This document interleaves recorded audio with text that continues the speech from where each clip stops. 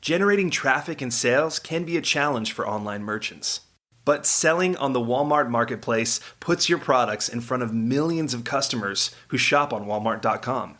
And right now, sellers who join Walmart Marketplace can save up to 50% on referral and fulfillment fees for the first 90 days. So get started today. Head over to marketplace.walmart.com/savings. That's marketplace.walmart.com/savings.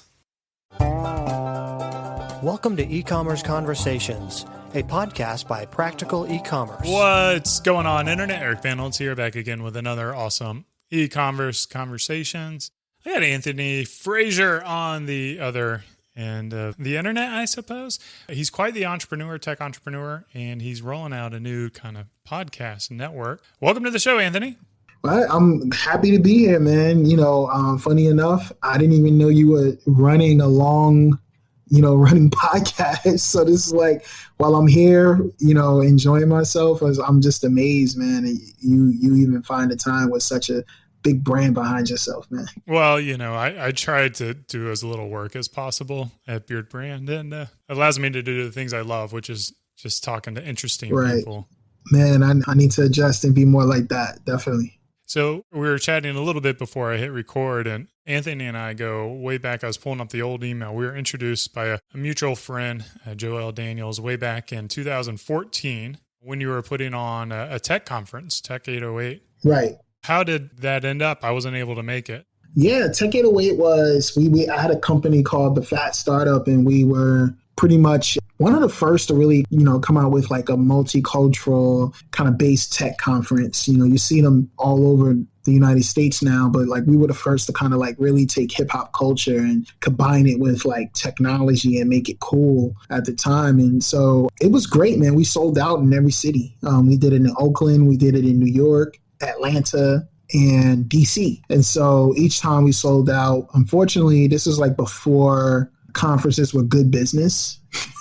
And so, this didn't become like a viable business by the time we were out there. So honestly, we were just ahead of our time, and the business just didn't survive. If we were doing that today, then obviously we'd have a long running business, but we were a little ahead of our time at that time. Yeah, I feel like, just from my take as an outside observer of conferences, you almost need to have a core business that subsidizes the conference. Like you have some kind of community or you have some kind of business that's generating revenue, and then your conference is just a way to bring people together and kind of like facilitate that community. But it's probably going to like break even at best, because there's just so much work, man. And I can't imagine doing multi-city conference. Like, that's all we were doing. We weren't losing money per se. We just weren't making it.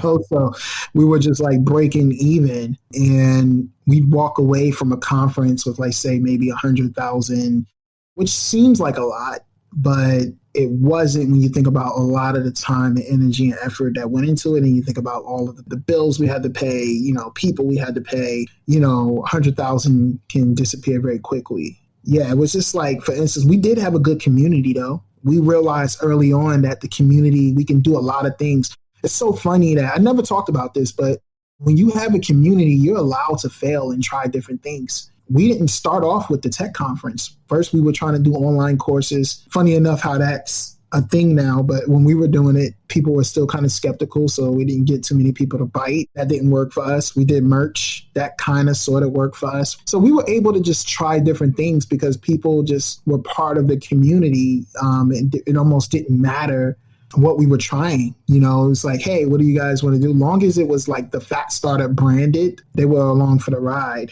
It's just unfortunate that this last ride, it was a lot of things that kind of came into play on why it didn't work out. We didn't break even, but then also there was a little bit of a rift at the time, at least, between me and the co-founder. Yeah, it's really interesting to talk about that. And it's probably a conversation that isn't brought up enough, that I'll even say, like, me and my business partner, we went through a phase at Beard Brand where we weren't on the same page. And when you're putting all your brain energy into resolving interpersonal relationships, you're not putting that same kind of energy that could go into building a business.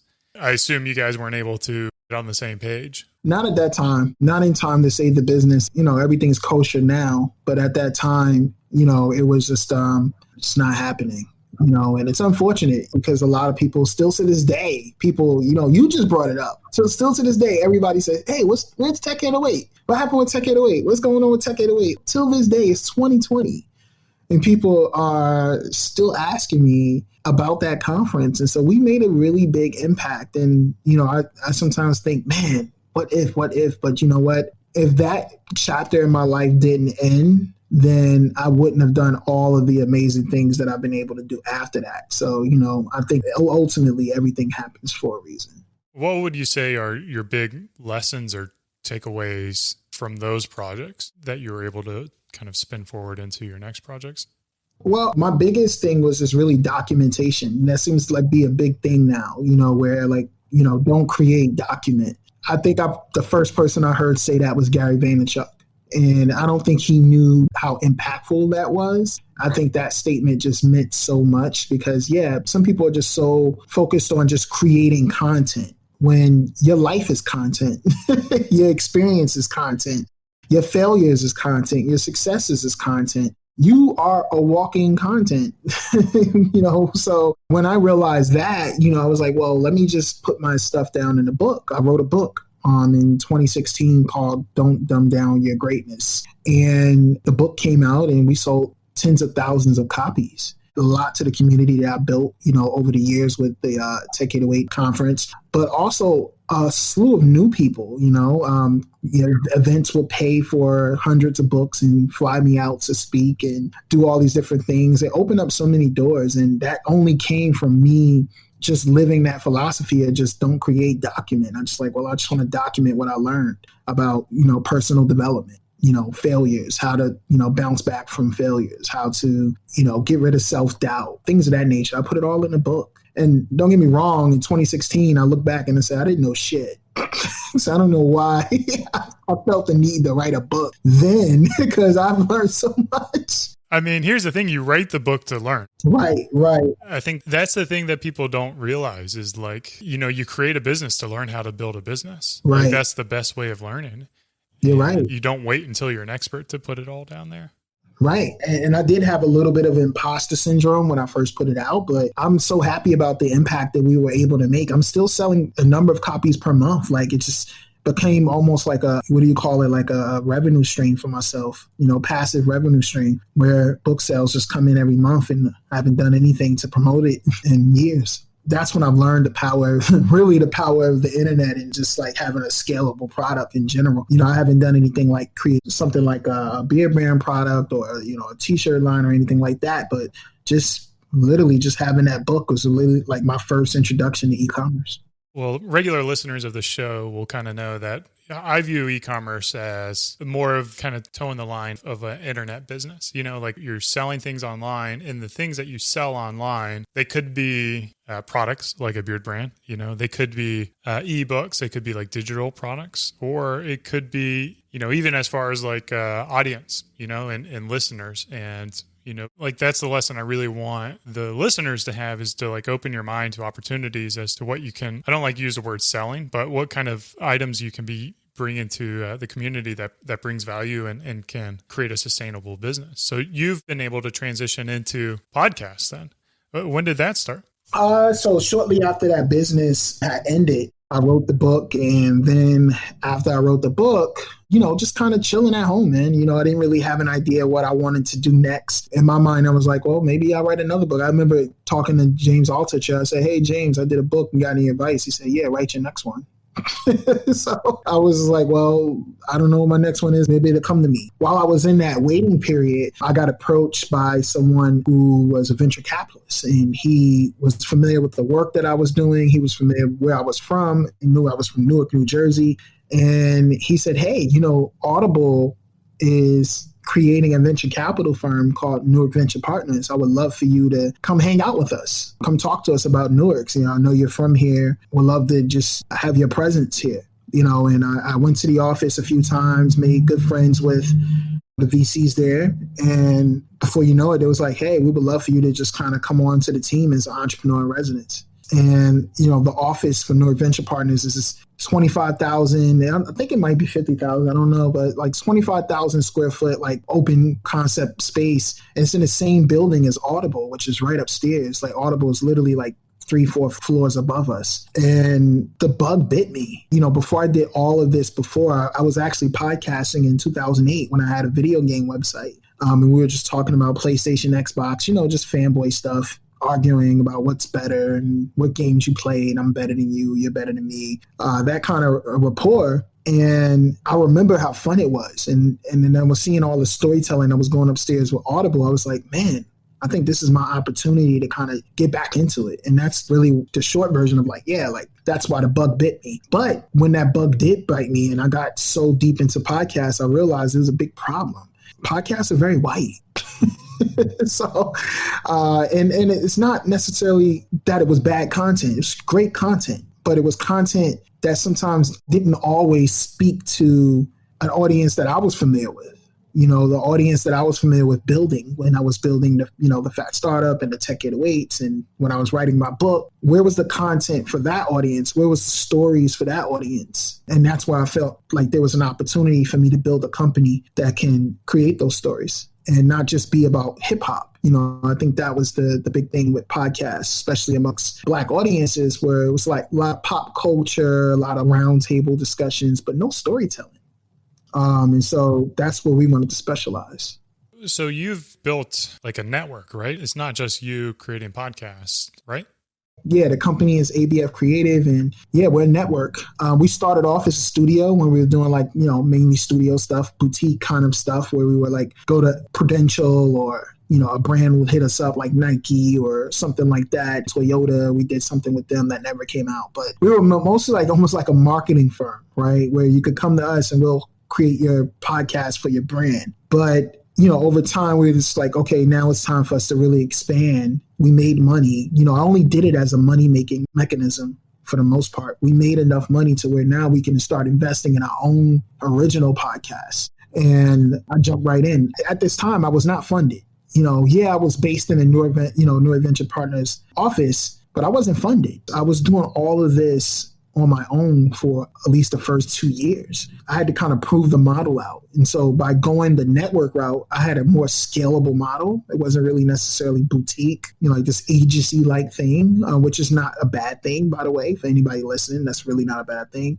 But I had a goal and a desire to be a lot larger. I wanted to reach a larger audience. I felt like not because of particularly greed, where hey, I want to be big and, make lots of money, et cetera, blah, blah, blah. It was more like, I don't see enough of us. I don't hear enough of our voices. So I have to be big.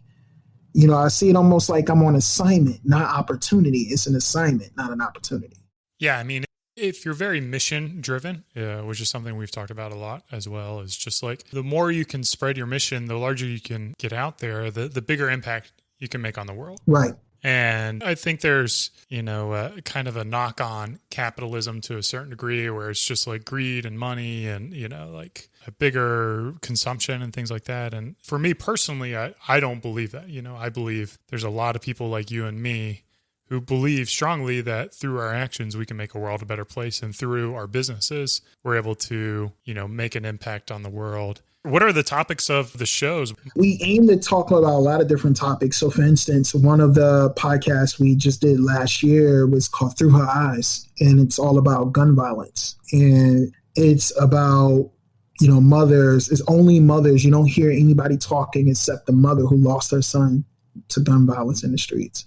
So she's telling her story very intimately, very detailed, minute by minute, what happened the day she found out that her son had died or got killed or murdered. True crime was a big thing in podcasts. And so to me, I was like, well, here's my take on true crime. Let me really get true about how, this is a big problem. When I saw the statistic, it said that the number one cause of death for young Black boys in America was a bullet, not the flu, not some kind of disease. I don't know. This is before Corona. The CDC said this, by the way. This was a statistic not from a political affiliated organization or anything like that. The CDC itself said the number one cause of death for young Black boys was a bullet. So yeah, I just wanted to tell that story. I wanted to get deeper into that story. And then on the lighter side of things, we have children's podcasts where, for instance, we have a podcast called African Folktales that are passed down generation to generation, mainly in Africa. And so we wanted to take a twist on that. I wanted to mix like a little of that Saturday morning school cartoon vibe with that. So I kind of got my own Miss Frizzle from the Magic School Bus, where it's this African lady named Miss JoJo, and she takes kids in her magical Jeep and takes them to these different story lands and, and tells the story about what's happening. And it's fun. That's our best performing podcast, actually. And so it's really fun. And yeah, who would have knew that there's no podcast for children of color? Who would have known that? I would have never known that. Because when we made it, we didn't make it for that reason. We made it because, hey, everybody's quarantining, there's kids at home. Let me make this podcast. And then I stumbled upon the statistic that, hey, we're kind of alone here. So, we're definitely looking to make more investments into children's content. Walk me more through this process of creating shows. Like, do you come up with the idea and then try to find the host? Because this sounds like a pretty dang hard thing to do. It was hard at first. I think it's always hard at first, but for us, the process is a lot more simple. I won't say easy. It's a lot more simple. We developed a framework. We have a framework that we call the Storytime Framework. It's a framework we use to produce these story-esque podcasts. African Folktales is a great example of the Storytime Framework and work. So if you went and listened to that, you will see it. What makes the framework simple is, first, we determine what is the story that we want to tell. We make sure that there's an abundance of that story, or we have a writer who can give us the abundance of those stories. We have to pay that person. But when it comes to finding a host, we go hire voice talent. So when you listen to African Folktales, that person, I think we got them from voice.com or something like that. This wasn't even like, hey, let's go get a host who has like X amount of followers and all this. No, let's just go audition some people from voice.com. And then we have talented audio engineers. Once we got stories, once we got the resource material, and once we got the hosts, then it's really just, recording and then making it sound like $1 million, which is really, that's where the money and the investment is in our audio engineer talent. So we have, 2 audio engineers on staff who are really good at what they do. And they're sound designers, essentially. And once we lay the sound design on the podcast, we're done. We've been able to refine that process over time, and we're going to kick it into high gear, I would say about this fourth quarter, and really crank out a number of podcasts. But we're able to get a podcast out in 1 to 2 months using that framework. So that's pretty cool. So you're essentially producing a show, starting from scratch from the ground up. It's not like a host comes to you with an idea or some kind of talent comes to you with an idea. You ideation it or... Right. We use data, we use research, find a topic that we feel like, could penetrate, and then we move forward that way. Now, to me, podcasts are almost like this black box of promotion. Like, how do you get the word out about the show? How do you get people listening to it, adding it to their iTunes? That's the hardest part. We've been able to get good relationships. To be honest with you, I'm such an internet person. I'm such a person who wants to be in the house and never want to talk to nobody and build a business that way. But unfortunately, that's just not how things are done, especially with such a new business. Podcasting is so new, essentially like as a business. You know what I mean? Like, yeah, it's been around, but the infrastructure for this industry is literally being built right now. And so I had to go to conferences. I went to conferences in Brooklyn and different places, meetups, and just met people and had to meet like people who were in charge of Spotify, reached out, met people who were in charge of radio.com, Pandora, all these different places. And the relationship with the platform holders is really, really, really an important thing. And for me, when I used to I remember used to look at YouTube and all these things for podcast promotion, but every time I seen Gimlet and any of these guys come out with a podcast, they would always get promoted by Apple or Spotify. It seemed like Apple was doing the job for them.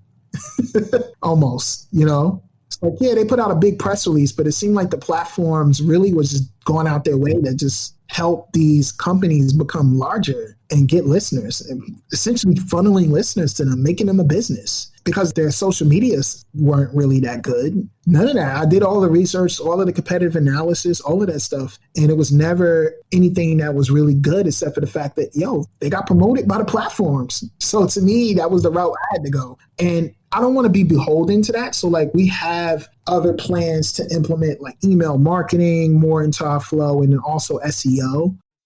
This last point is really important. The fact that we're a network, cross promotion is very interesting. So when we have another children's show, we don't have to go find a place to promote it. We can promote it right in front of the children's show we already have. We can go put an ad right in front of it. So eventually, like the rising tide lifts all boats. Exactly. We use programmatic, dynamic ad insertion. So we can go and insert ads in front of any audio on our network without going back and editing the audio. Yeah. So speaking of which, like, how are you monetizing the business? That's the other hard thing that I would imagine. Getting people to listen and then making money from it. So, programmatic advertising is really big for us. So we do use programmatic advertising to kind of fill up our inventory, audio ads. So that just kind of fills up our inventory. And then, of course, we can do direct sales as well, which we've done a few times. And we're actually hiring someone to do that full time for us now.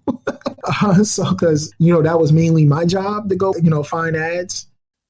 And I assume like the direct ads is a higher CPM than programmatic. Yeah, programmatic ads are, for me, just a way to kind of fill in the blank spaces when you don't have anything else there. So we use Megaphone, and that's really the way Megaphone is built, where, when you don't have a direct sales or a direct ad, sales in play, and that inventory spot is open, they'll throw an ad in there for you.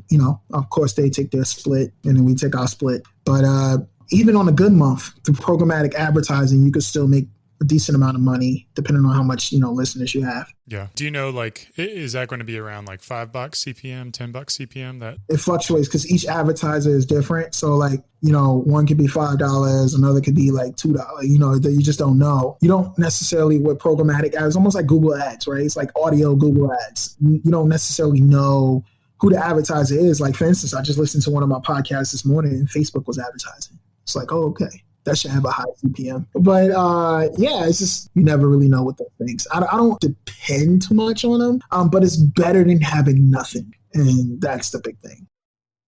Are you guys doing any kind of ad buys as well to bring awareness to your shows? We tried that. It's such a tough nut to crack for podcasts. I try to look at a lot of other examples on the internet of people who've been able to do it the right way. And to be honest, I haven't been able to find anyone who's done it in a good, scalable way. Not even the big networks are doing a really good job at it. I look at their, doing some analysis on some of the ads that they've run and looking at some of the engagement behind that. And it's just really bad. Podcasts just don't do well with ads, at least on Instagram and Facebook. Now, if you do a YouTube podcast, that's different. If you have a podcast that's a little bit versatile, multimedia kind of approach, then you have an opportunity to grow your audience. The problem is a lot of podcasts are just YouTube shows. And that's, while video is great and you're able to, throw some YouTube ads up and you're able to build a, subscriber base on YouTube, which could turn into so many different opportunities. There's certain opportunities in audio you're not going to be able to access that way. But that's why they say, having a multimedia approach is always the best way when you're doing the podcast. It's hard to do that when you're a storyteller, though. If you're just sitting down having a conversation, that's great. We can either hop on Zoom, throw our Zoom up on YouTube, and we're good. But if you're telling this really in-depth, unique, documentary-style story, that's a different take. Do you see any kind of opportunities, or are you currently testing the waters in this for like product sales or merch sales or kind of like an e-commerce function to your podcast, or is it just? Yeah, my projections are like 70% of our business will be, advertising, digital audio advertising, but 30% of it would be merch and event sales.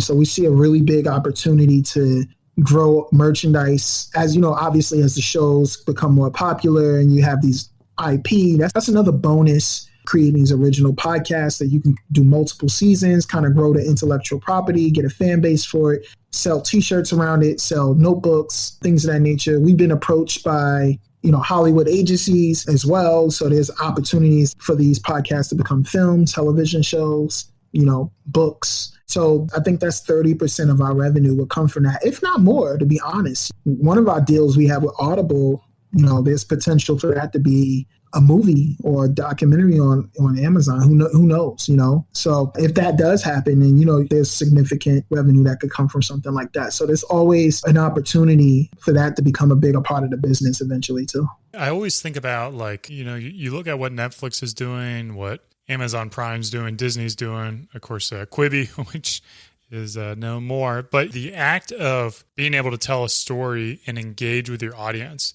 is incredibly valuable. And for listeners of the show, they know I bring on a lot of content creators because I almost feel like for you to be competitive in this market space, like in 2020 in the future, you have to be able to tell a story, whether it be for your brand, for your products, or just as a way to build a community, to build an audience. And that's going to be the way for you to, be competitive, right?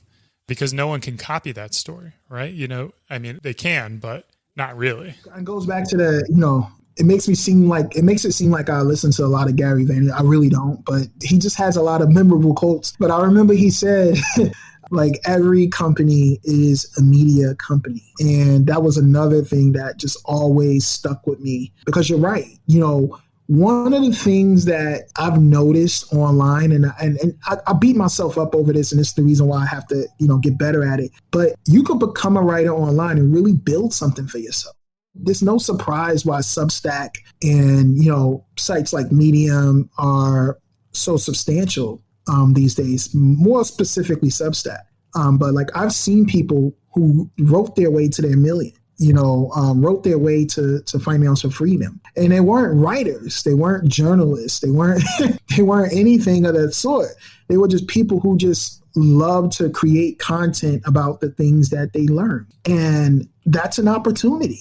I think that's an opportunity for me as a podcast network. I think there's an opportunity for anyone. I've just seen so many people write their ways to success. Even Beard Brand, when we think about it, I remember you guys had a really extensive blog. I don't know how extensive it is, but I remember you guys wrote a lot of content early on. Yeah, still doing, man. Over 1,000 articles and about beards, But you know why it's not sexy enough? Because it's hard work. Oh, it's a grind. It's a complete grind. If we want to be honest, that's the goal. As SEO is a big part of the future of my company. And that's the reason why we're investing so much now into the, restructuring of the website, making sure everything is good. And, everything isn't launched yet. But yeah, I'm positioning to the site in a way where we can just create so much written content and just build that way and hustle that way too. I don't want to be reliant on Apple and Spotify and all of the platforms. I need to be able to create for myself. Yeah. And this podcast, E-commerce Conversations, Practical E-commerce is a great example of that as well. They've built an amazing blog, just copious amounts of content for entrepreneurs and e-commerce people out there. Where can people find you? Where can they find your podcast? Where can they connect with you?